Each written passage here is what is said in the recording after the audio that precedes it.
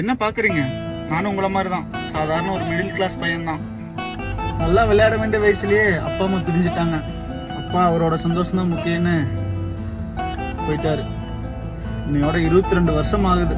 அப்பனா தெரிஞ்சுக்கோங்க என்ன எந்த வயசுல விட்டுட்டு போயிருப்பாங்கன்னு. அப்பா அம்மா ஒன்னா இருந்து வளர்த்தன பசங்களே ஒழுக்கமா இல்லை. இதுல நான் எங்க?